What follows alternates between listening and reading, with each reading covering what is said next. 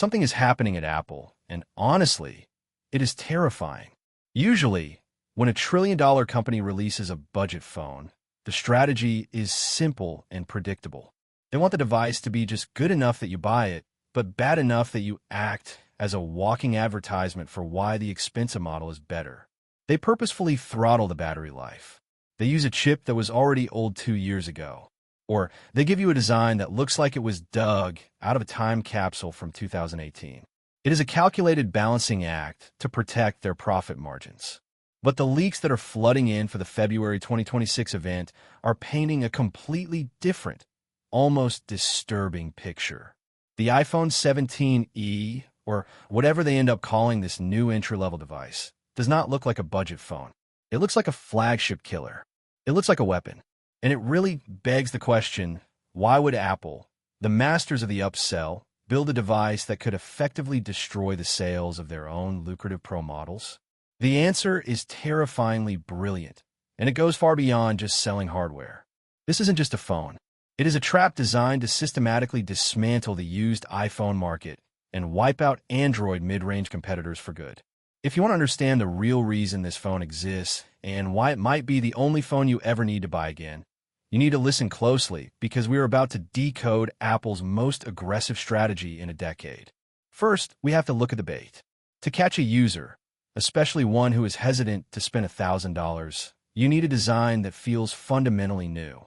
You need something that signals upgrade the moment it touches your hand. For the last few years, Apple has been stuck on the industrial flat-edge design that we have seen since the iPhone 12. It was sharp, it was premium, but it was also cold and rigid. It became the status quo. Now, reports indicate that the 17e is abandoning that sharp industrialism. It is going back to the future with a curved, ergonomic chassis. This sounds like a minor aesthetic choice, but it is actually a deep psychological trick.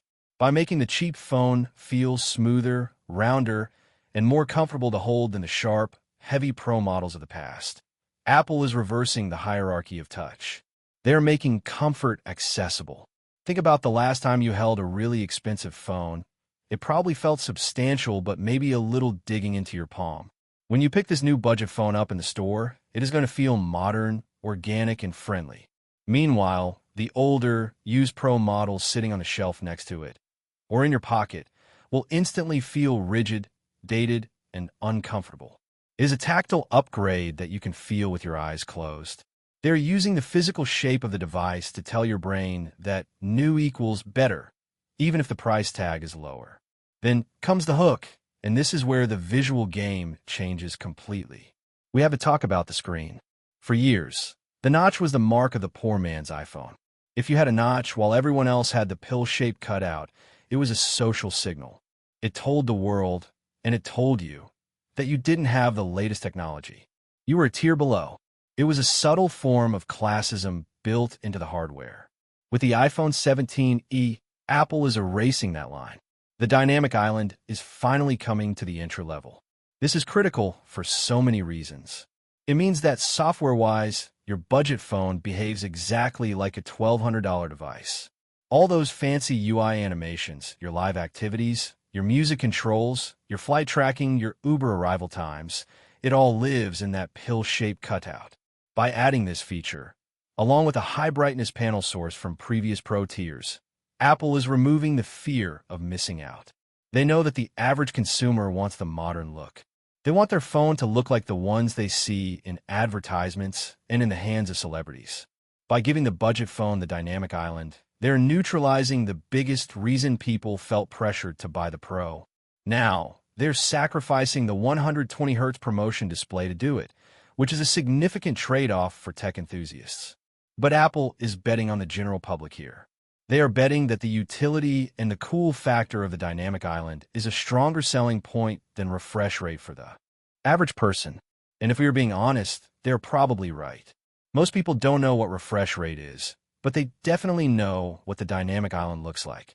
Now, let's talk about the muscle, because this is where the trap snaps shut. This is the part that doesn't make sense on paper until you look at the long-term timeline. If this were just a standard cheap phone, like the iPhone SEs of the past, it would have an A17 or maybe an A18 chip. something recycled to save costs. But the leaks are confirming that it will house the A19 Bionic. This is insane. Even if this chip is slightly binned or modified, it is still built on next-generation architecture. Why give a budget phone this much power? Why give it a GPU capable of ray tracing and high-end gaming? Why put a Ferrari engine in a Honda Civic? It's because Apple wants this phone to last. They aren't trying to get you to upgrade in 2 years. They want you to buy this phone in 2026 and still be using it comfortably in 2031. They're building a tank. This performance overhead means the phone won't slow down when iOS 22 comes out in the distant future. It means you can play the latest games and use the latest AI features for years without that sluggish feeling that usually plagues old phones. This strategy destroys the argument for buying a used iPhone 15 Pro or even a 16. Think about the used market.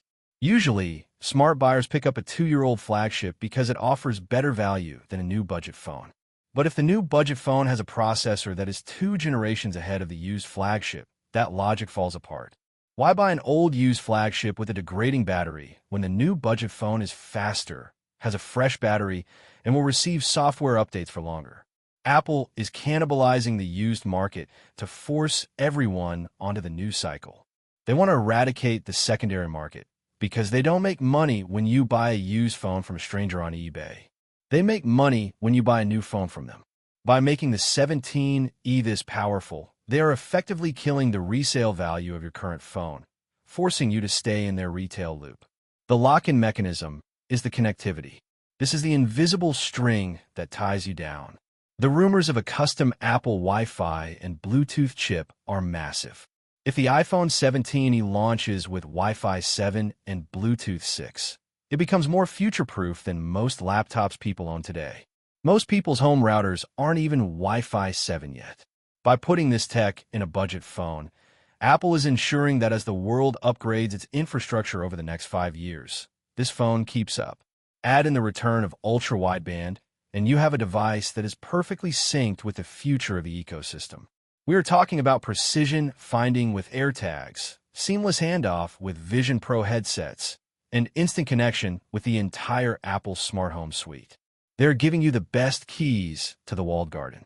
They are ensuring that the entry fee is low, but once you enter, the connectivity is so good, so seamless, and so integrated that you never want to leave. It makes the friction of switching to Android unbearable because you would lose that magical, invisible connection to everything else you own. But the final blow, the absolute checkmate, is the pricing and storage strategy. This is the detail that will make this device fly off the shelves. In a world where apps are getting bigger, where we are all recording 4K video, and where operating system updates take up gigabytes of space, 128 gigabytes is an insult. It is barely functional for a modern user. The industry insiders are pointing toward a shift to a 256 gigabyte base model for the 17E. Think about the value proposition there. A powerful, modern, ergonomic iPhone with the latest chip, the latest design, and 256 gigabytes of storage. All for a price that undercuts the flagship market. If Apple pulls this off, there is no logical reason for a normal consumer to buy an Android phone in the mid-range. Samsung's A series and Google's Pixel, A series thrive on offering good specs for a lower price. But if Apple matches the price and offers double the performance and double the longevity, those Android phones become irrelevant. It forces the competition to panic. They can't compete with Apple's silicon efficiency, and they can't compete with the brand value if the price is the same. So, here is the reality of the situation. The FE Brewery 2026 event isn't just a product launch. It is a market takeover. It is Apple looking at the stagnant smartphone market and deciding to scorch the earth. They are willing to sacrifice short-term Pro model sales to secure long-term dominance. They're building a device that is too good to be true, specifically to trap you in their ecosystem for the next half-decade. It is a brilliant, aggressive, and consumer-friendly move that hides a monopoly-building agenda. And the scariest part? It's going to work. You're going to want this phone. Your parents are going to want this phone. It is going to be the default recommendation for everyone. And just like that, the trap is set. If you enjoyed this deep dive into Apple's secret strategy and want to stay ahead of the tech curve, make sure you hit that subscribe button. Share this video with a friend who is thinking about upgrading so they don't make a mistake, and hit the bell icon so you never miss a leak. I'll see you in the next one.